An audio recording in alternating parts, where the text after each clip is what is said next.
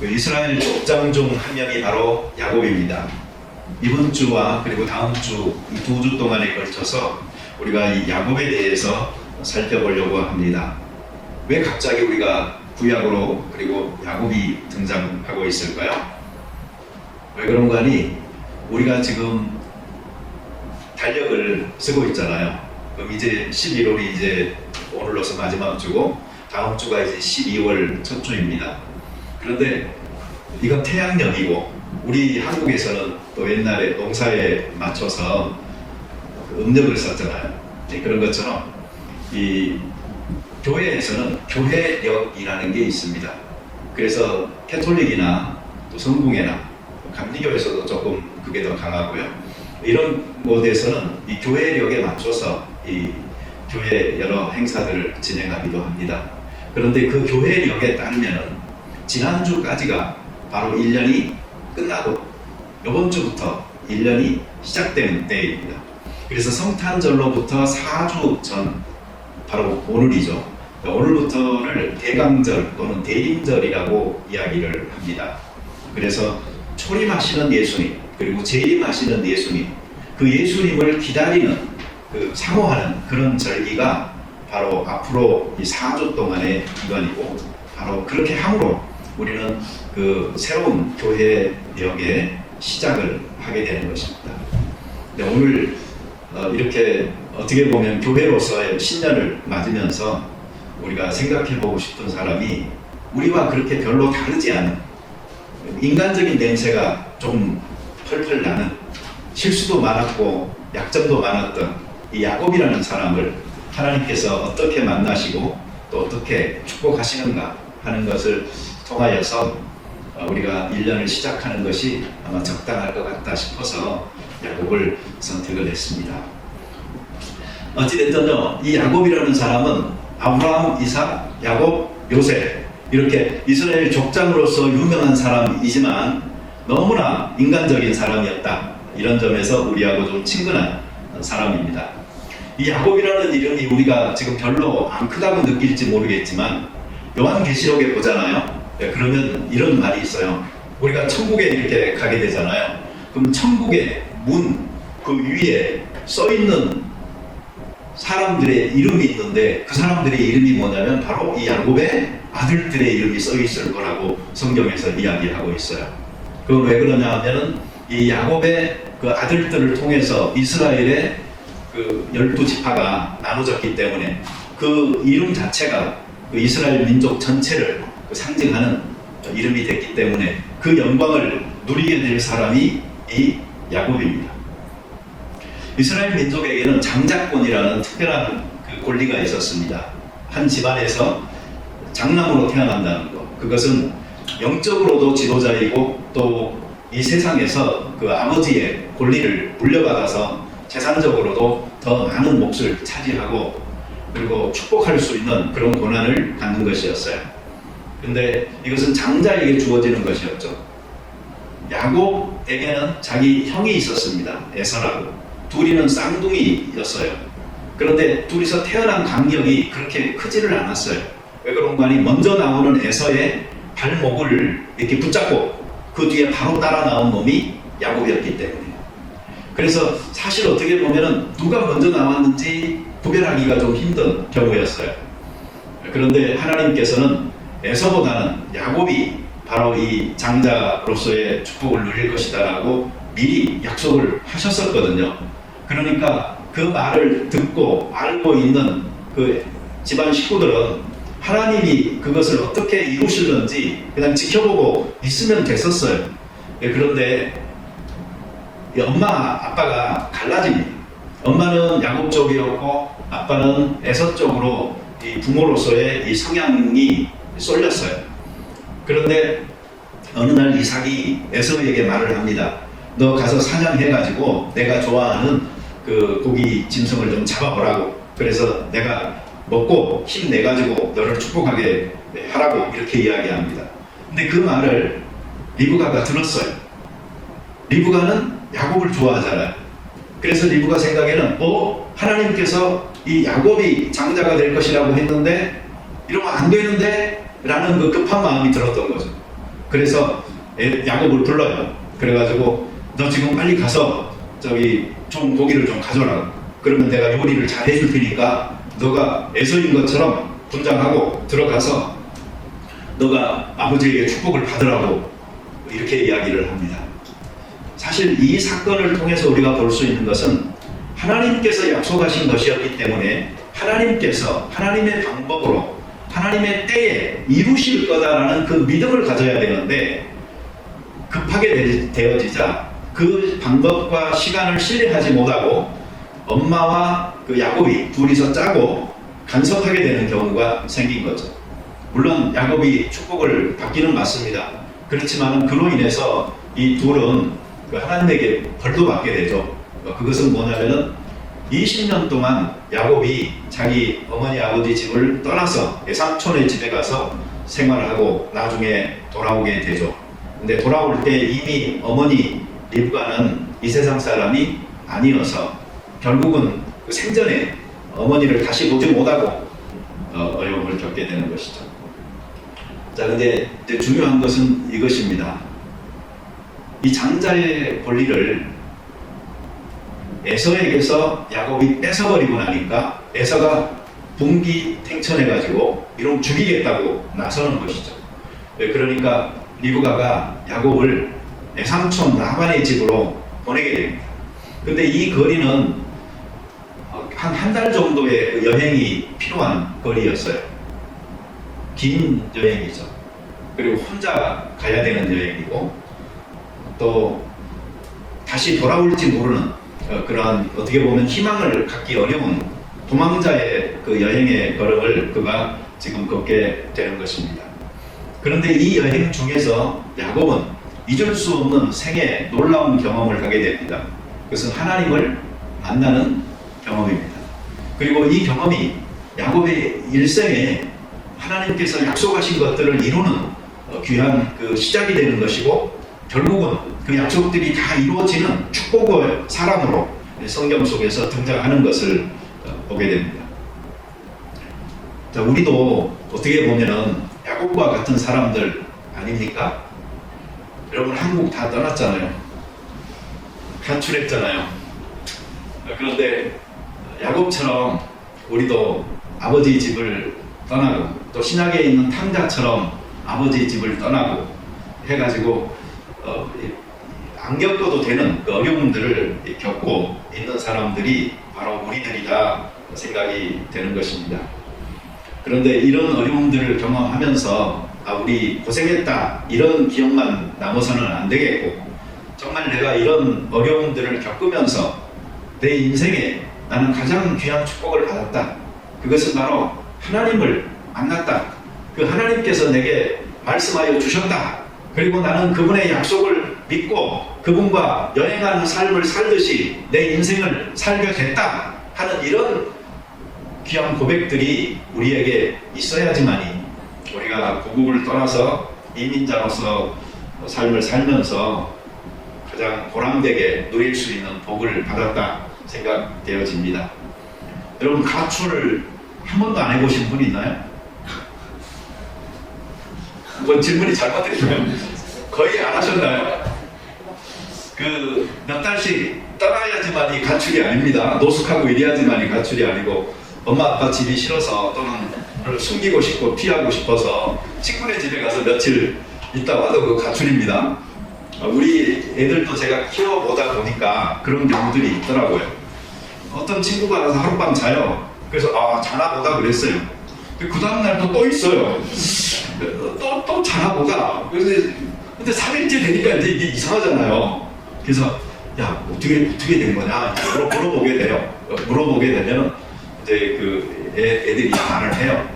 걔네 집에 지금 무슨 일이 있어가지고 지금 갈 데가 없어가지고 이러고 저기 여기 있는 거라고 그러는 경우들이 있더라고요. 그런데 그런 그 가출의 경험이라는 것은요 나쁘게 풀릴 수도 있지만 그게 아주 좋게 풀릴 수도 있어요. 왜 그런 거 하니? 자기가 있던 곳에서 떠나봄으로 말미암아 새로운 세상에서 자기가 살던 세상을 봤을 때 다른 각도에서 그걸 보면서 느낄 수 있고 발견할 수 있는 점들이 분명하게 있기 때문에 그렇습니다. 우리가 한국을 떠나서 애국 생활을 해보는 것의 좋은 점 중에 하나도 역시 마찬가지예요. 자기 나라 다 모국이고 다 좋죠. 그렇지만 그 안에 있을 때는 이것을 객관적으로 비교해 볼 수 있는 대상을 경험을 해보지 못했기 때문에 상대적으로 내 나라가 어떤 나라인지를 잘 모른 채로 그냥 거기에 머물러 있을 때가 있거든요. 그렇지만 같은 나라인데 다른 나라를 가보게 됐을 때 이런 나라도 있구나라는 비교의 대상이 생기고 그렇게 함으로 말미암아 정말 내 나라를 새로 발견하게 되는 그런 경우가 있게 되는 것입니다. 이 친구네 집에도 그러잖아요. 어렸을 적에는 다 우리 엄마 아빠가 최고고 우리 집이 최고인 줄 알고 있다가 이제 조금씩 크면서 친구네 집에 가보면서 달라지잖아요. 우리 엄마 아빠가 어떤 분인지 우리 가정이 어떤 것인지 조금 더 큰 사회적인 이 세팅 안에서 내 집을 보게 되고 내 부모를 보게 되고 함으로 말미암아 이 새로운 그 평가가 나타나게 되는 것을 경험을 하죠. 신약 성경에 탕자가 있잖아요. 그런데 구약 성경의 탕자가 누구냐고 묻는다면 저는 바로 이 야곱이다 라고 생각이 됩니다. 이 두 사람 다 아버지의 집을 떠납니다. 그리고 밖에 세상에 나가서 집안에 있었으면 경험하지 못할 것들을 많이 경험을 합니다. 그리고 다시 아버지의 집으로 돌아옵니다. 이런 과정을 봤을 때에 두 사람이 좀 비슷한 것 같지만 조금 다른 점이 있어요. 그건 뭐냐면은 탕자는 자기가 원했던 가출이에요. 그래서 그는 세상을 향하여 자유를 향하여서 막 뛰어가는 그런 사람이었던 거예요. 거기에다가 자기 아버지의 재산까지도 나눠가지고 갖고 가고 있으니까 얼마나 좋았겠어요. 발걸음이 가벼웠겠죠. 좋게 시작했던 탕자의 가출은 너무나 험악한 결과로 끝났고 그리고 그때의 아버지의 집을 발견하고 돌아오게 되는 것이죠.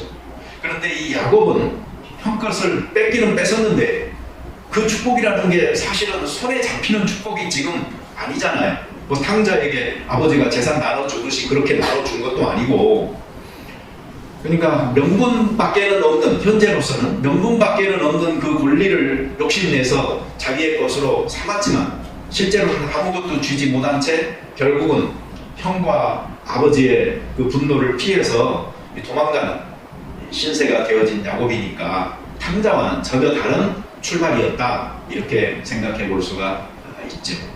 그러나 야곱도 결국 탕자와 같이 그 험한 세월을 20년을 태양살이에서 보내고 결국은 아버지의 집으로 돌아오는 것을 볼 수가 있습니다. 탕자는 예수님의 비유 중에 등장한 가공적인 인물입니다.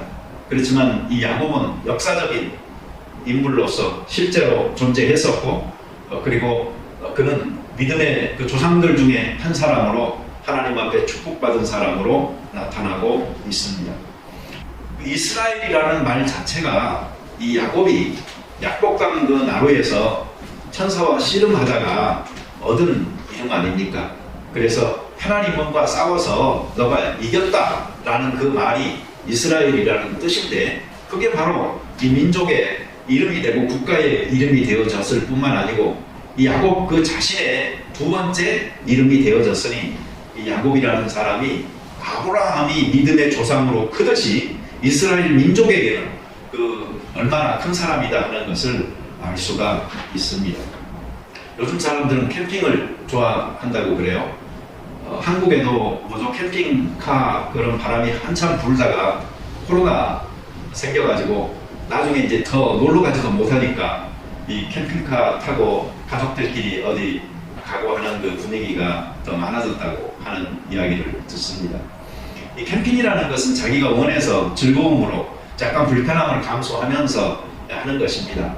그러나 야곱이 지금 도망가다가 광야길에서 이틀 동안을 지금 헤매다가 지금 여기 유숙할 곳을 찾아가지고 잠든 그 캠핑의 장소라는 것은 그렇게 낭만적이지 않습니다.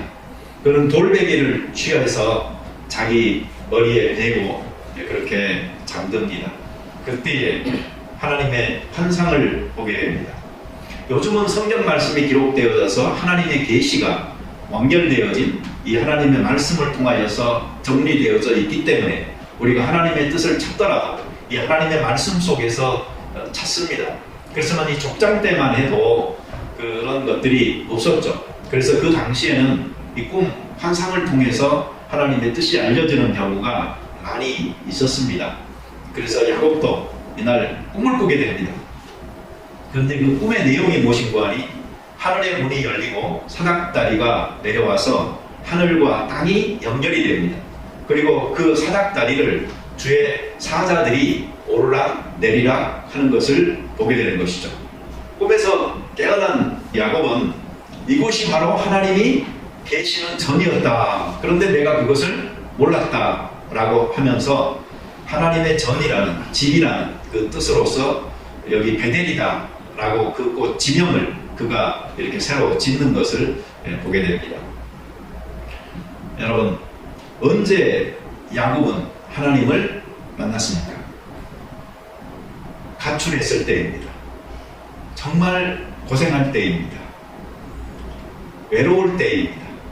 자기 주변에는 아무도 없이 오직 자연의 품 안에 안겨서 밤하늘에 빛나는 별들을 보면서 그냥 잠을 청해야 되는 그 노곤한 시간에 그는 하나님을 만나게 되어지는 것입니다.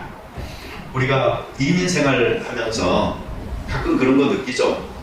가까운 곳에 부모 형제라도 있으면 어려운 일이라도 좀 상의하면서 지낼 터인데 그런 사람들도 없고 외로움도 느껴서 세상 속에 혼자 있는 것 같기도 하고, 그리고 한국에서는 상상하지 않았던 일들도 여기서 하게 되면서 인생이라는 게 이런 거구나, 내가 이렇게 고생해야 살아갈 수 있는 거구나 하는 생각들도 하죠.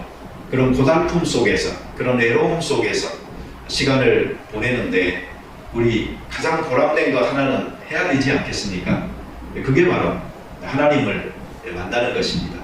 하나님을 나의 하나님으로 만나서 내가 주인으로 섬겨야 될 분이 누군지를 분명히 하고, 그리고 일평생의 삶을 살면서 그분과 동행하는 삶을 지속적으로 살고, 그 동행하는 삶 속에서 얻어질 수 있는 보람과 기쁨을 누릴 수 있는 것, 이것이 우리 믿는 사람들이 살아가면서 반드시 경험해야 될 일인 것입니다. 여러분, 친구들을 너무 좋아하잖아요. 그래서 사람들과 어울리고 하는 것을 너무 좋아하다 보면은 혼자 있기 싫어합니다. 근데 혼자 있는 시간이 참 복된 시간이에요. 그 시간이 하나님과 나에게 집중할 수 있는 시간이에요. 그래서 많은 사람들은 그 큐티를 하잖아요. 큐티 약자가 퀄리티 타임이 아닙니다. 다이어트 타임입니다. 이 조용한 시간 또는 모닝워치라고도 합니다. 많은 그리스도인들이 아침에 그걸 하기 때문에. 그래서 여러분들이 성경 말씀 펴시고 그 다음에 기도하는 시간 꼭 5분이라도 10분이라도 꼭 그렇게 가지시기를 바랍니다. 그 종교개혁자 루터는 하루에 3시간씩 기도했다 이렇게 알려져 있습니다. 근데 이제 그 루터가 3시간 기도만 계속 한 건 아니에요. 실제로는 성경 말씀 읽고 연구하고 또 기도하고 하는 시간을 이렇게 합하여서 우리가 보통 그렇게 이야기를 합니다. 또 거룩한 그 독서라는 말도 우리가 쓰기도 하는데 꼭 말씀뿐만이 아니고도 경건서적으로 쓰여진 책들도 여러분들이 가까이 하셔서 읽다 보면은 먼저 신앙을 가지고 영적으로 영향력을 미쳤던 사람들이 어떻게 신앙생활을 하고 살았는지 하는 것들을 배울 수도 있으니까 성경책과 더불어서 또 필요한 경건의 서적들도 가까이 하셔서 읽으심으로 영적으로도 많은 성장들이 있게 되기를 바랍니다. 지금 이때는 야곱은요, 모든 게 지금 필요할 때입니다.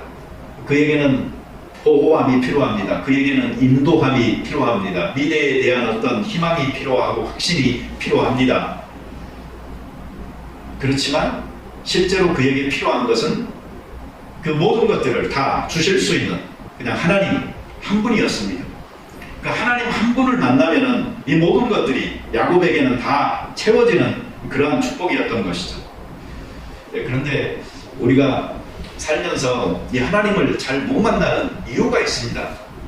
사실 일부 예배에서는 이 정도까지만 하고요. 제가 이 그룹으로 나눠가지고 자기 인생에서 하나님을 어떤 순간에 가장 이 깊게 자기가 경험했고 만났다고 생각하느냐 하는 것들을 같이 나누게 했었습니다.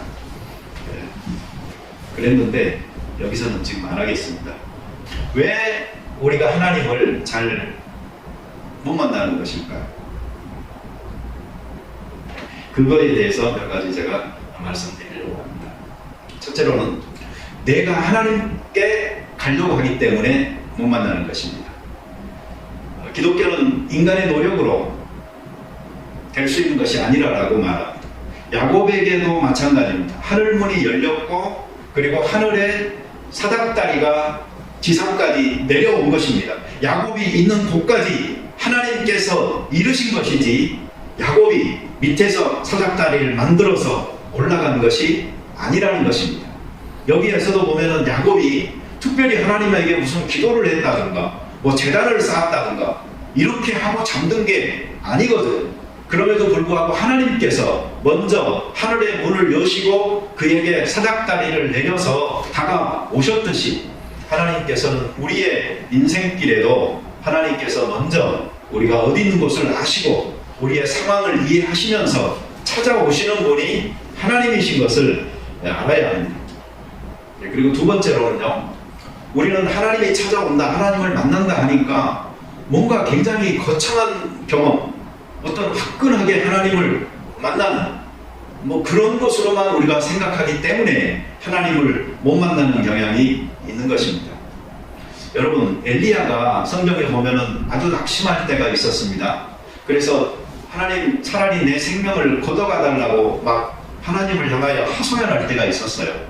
그래서 로렌나무 아래 쓰러져서 있을 때에 까마귀를 보내서 그에게 먹을 것을 주시면서 하나님이 한 동굴로 그를 인도하십니다.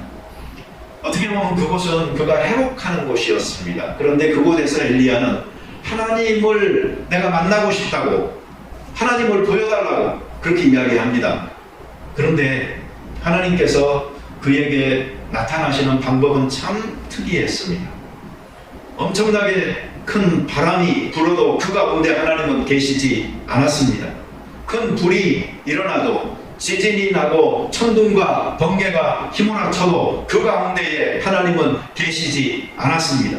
정말 우리는 하나님이 함께하고 있다는 어떤 증거처럼 생각되어지는 이 초자연적인 현상을 통해서 하나님을 경험하고 기대해 보려고 하지만 그런 것들 속에 하나님은 계시지 않았고 세미한 음성 가운데서 그는 하나님의 함께 하심을 느꼈습니다.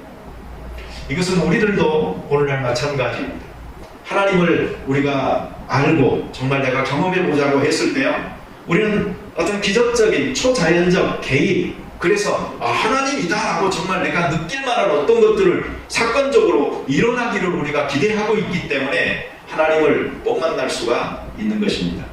하나님은 그런 시끄러운 요란함 속에 계셨던 것이 아니고 아주 세미한 미세한 음성 가운데서 우리를 찾아오십니다. 조용한 시간, 정말 하나님의 뜻을 알고 싶어서 마음을 여는 사람들에게 하나님께서는 우리의 양심을 통하여서 잔잔하게 말씀하심으로 우리를 만나주시는 하나님일 경우가 훨씬 더 많다는 것을 아시고 이런 하나님을 만나시기를 바랍니다. 신약성경에 보면 또 한 가지 이유를 발견하게 됩니다. 그것은 예수님께서 산상수훈 중에 말씀하신 마음이 청결한 자는 하나님을 볼 것이며, 문제가 뭐예요? 마음이 안 청결하니까 마음이 청결하면 하나님을 보는데 만났는데 우리가 죄 가운데서 아직 죄된 생각만 하고 죄만 계획하고 있으니 하나님이 보이지 않는 것입니다. 우리의 회개를 하나님 앞에 함으로 우리의 양심도 마음도 영혼도 깨끗하여질 때에 하나님은 우리에게 나타나십니다. 빌립이 예수님에게 그런 말을 하죠. 우리에게 하나님을 보여달라고. 그때 예수님께서는 나를 본 자는 이미 아버지를 봤는데 왜 아버지를 보여달라고 하느냐라고 말씀을 하십니다. 다시 말하면 예수님 자신이 바로 하나님이시고 하나님의 아들이기 때문에 이 아들을 경험한 자가 바로 아버지를 경험한 자다라는 말입니다. 성경에 보면은 두 가지 메시지가 분명하게 상반적으로 나옵니다. 그것은 뭐냐면 하나님을 만나면 죽는다라는 말이 있어요. 그런데 성경에서는 하나님을 만나야 한다고 말을 합니다. 그러면서 우리도 간절하게 하나님을 찾으라고 말해요. 하나님을 만나야 되는데 만나면 죽어요. 이상하잖아요. 어떻게 이게 조화를 이룰 수가 있겠어요? 그래서 성경은 우리가 이렇게 이해할 수 있어야 됩니다. 실제로 성경에 보면은 이 사람 저 사람이 하나님을 만났다, 또 특별히 모세 같은 경우는 하나님을 대면하여서 이야기했다 하는 표현들이 뭐 한 서너 군데 나오거든요.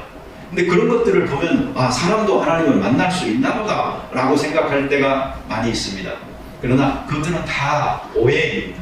하나님의 영이신데 그 영이신 하나님을 우리 인간적 육체를 가진 것처럼 이렇게 우리의 공간 속에 물리적으로 존재하고 있는 분으로서 만난다는 것은 불가능한 일인 것입니다. 그리고 죄인이 그 하나님의 찬란한 속성의 그 모든 것들이 드러나는 순간에 그 빛으로서의 하나님을 만난다고 하잖아요. 그러면 성경의 표현대로 그냥 죽는 것입니다. 그러니 우리는 영이신 하나님 그 자체를 온전하게 만난다는 것을 기대하고 경험하지 말아야 됩니다. 모세가 하나님의 영광을 보여달라고 하죠. 그러니까 하나님이 이런 말을 합니다. 나 못 봐. 나 보면 죽어. 그런데 너가 자꾸 보여달라고 그러니까 내가 내 눈을 가렸다가 내가 네 앞으로 지나갈 거야. 그러고 내가 내 손을 네 눈에서 띄게 되는 순간에 너는 나의 등을 잠깐 보게 될 거야. 이렇게 말을 합니다. 근데 그 등도 마찬가지입니다. 영이신 하나님이 어떤 등짝을 갖고 계신 게 아닙니다. 영이신 하나님께서 어떤 손을 갖고 계신 게 아닙니다. 그래서 뭐 여호와의 손이 짧아서 뭐 구원하지 못함이 아니요 뭐 이런 말들 있죠. 이런 것들은 다 의인화되어진 표현으로서 그 하나님을 표현한 것뿐이지 실제로 하나님의 손이 있고 하나님의 등이 있고 하는 것을 말하는 게 아니라는 거죠. 그러니 우리가 하나님을 경험한다, 본다는 것은 무엇을 말을 할까요? 네, 그것은 아까도 말씀드렸듯이 우리의 시공간 속에 갇혀있는 분처럼 물리적으로 존재하고 있는 어떤 하나님을 본다라는 그런 의미가 아닙니다. 하나님께서 정말 우리와 함께하고 있다라는 그 임재함의 의식을 같이 나눠가지고 공유할 수 있는 그것이 하나님을 우리가 만나는 것이고 경험하는 것입니다. 그런데 이 하나님께서 우리에게 나타나는 방식은 신약 성경에 보면 딱 두 가지의 다른 위로서 나타납니다. 그것은 예수 그리스도를 통하여서 그리고 성령님을 통하여서 화해자요 중보자요 구속자이신 그 예수님의 모습으로 우리 가운데에 등장하시는 것이고 또 보혜사 성령 하나님으로서 우리들 가운데 나타나시는 이 하나님을 우리는 볼 수 있고 만날 수 있고 경험할 수가 있는 것입니다. 그러니 이 빌립이 예수님에게 말씀했던 우리에게도 하나님을 보여주면 그걸로 족하겠습니다 하는 것보다는 이미 아들로서 그리고 성령으로서 우리들 가운데서 나타나셔서 일하고 계시는 이 하나님을 우리가 만나고 경험하고 또 동행하고 있다는 것을 즐겁게 우리가 누릴 수 있으면 정말로 좋겠습니다. 우리가 다음 주에 하나님께서 야곱에게 약속하신 그 내용들을 잠깐 같이 또 살펴보고자 합니다. 어쨌든 우리가 1인자로서 이 고국도 낮고 또 시드니에서 살아가는 좀 외롭고 힘든 삶 속에서 야곱에게 있었던 귀한 경험처럼 하나님을 만나고 자기 인생의 방향을 결정하고 내가 누구와 동행해야 될 것인지를 분명하게 붙드는 그런 체험, 그런 경험은 우리에게도 필요한 것입니다. 오늘 이 교회력으로서 이제 정초 1월달입니다. 이 시작을 우리가 하면서 우리가 멀지 않은 야곱에게서부터 한번 시작해 보도록 했으면 좋겠습니다. 같이 기도드리겠습니다. 자비로운 주님 감사합니다. 야곱은 우리와 비슷한 인간적 냄새가 많이 나고 약점도 많이 느껴지는 사람이었습니다. 그러나 이 사람에게 하나님께서 은혜 주시기로 작정하시고 그를 높이실 때에 그가 이스라엘 민족 가운데 큰 사람으로 등장하였던 것처럼 우리들도 부족함들이 있지만 하나님 아버지 앞에 인정하고 하나님의 능하신 손길 안에서 온전히 붙들림 받아 사용되어지므로 우리가 이민사회 속에서 써내려 나가야 될 우리의 사도 행전들을 써내려갈 수 있도록 도와주시옵소서. 예수 그리스도를 본자가 하나님을 본자이고 성령의 함께 하시는 손길을 느끼는 자가 하나님과 동행하는 자라는 것을 믿사옵나니 한 번 만난 이 경험이 이례적으로 끝나지 않도록 하시고 늘 함께 동행하는 삶으로 이어질 수 있도록 은혜 베풀어 주심으로 우리를 통하여 예수 믿는 향기들이 드러나고 또 널리 전해지는 귀한 한 해가 될 수 있도록 축복하여 주시옵소서. 예수님의 이름으로 기도드립니다. 아멘. 네, 우리 같이 기도드리겠습니다. 자비로운 주님 감사합니다. 오늘도 우리가 하나님 아버지 앞에서 동행하면서 교제하고 산다는 것이 귀한 축복인 것을 압니다. 사람들 의지하고 사는 저희들이지만 사람들 가운데서도 의지할 일을 찾지 못할 때 정말 우리 아버지께서 하늘의 문을 여시고 사닥다리를 내리셔서 나 있는 곳으로 오시는 주님임을 믿사옵나니 오셔서 우리를 위로하시고 풍성하게 축복하여 주셔서 강해진 자로 이 세상을 잘 이겨나가는 저희들 되게 도와 주시옵소서. 아버지 하나님, 야곱처럼 정말 때로 외로운 곳에 어떻게 삶을 헤쳐나갈지 모르는 막막한 가운데 있을 적에라도 하나님의 약속을 굳게 붙들고 살기를 원하옵나니 이민자의 이 삶 속에서 목적 없이 방황하지 않도록 하나님께서 분명한 우리의 표대가 되어주시고 너가 어디 가든지 내가 항상 너와 함께 하리라라는 귀한 약속과 더불어서 마음 든든하게 우리의 자녀들 양육하고 또 우리는 신앙의 삶에서도 많은 발전을 보이면서 살아갈 수 있게끔 축복하여 주시옵소서. 오늘도 드린 예물 축복하시고 이 교회력으로 맞이하는 이 새로운 시작의 해입니다. 예수님의 탄생, 초림하시는 아기 예수님만이 아니고 다시 오실 이 세상의 왕이요 심판주이신 예수님을 고대하고 또 열망하는 신앙으로 살 수 있게 도와주시옵소서. 오늘도 드린 예물들 하나님께서 하나님의 나라를 위해서 사용해 주시고 이 세상에서 우리보다 더 어려운 형편에 있는 사람들에게도 복음의 귀한 손길이 미치는 씀씀이가 있도록 축복하여 주시옵소서. 이제는 우리 주 예수 그리스도의 은혜와 성부 하나님의 극진하신 사랑과 성령님의 위로와 감동 감화 충만하시니 오늘도 있는 그곳에서 하나님이 여기 계셨음을 깨닫기 원하고 또 그렇게 동행하는 삶을 살기 원하는 귀한 교우들 가정과 교회 위에 지금부터 영원토록 함께하기를 간절히 축원하옵나이다. 아멘.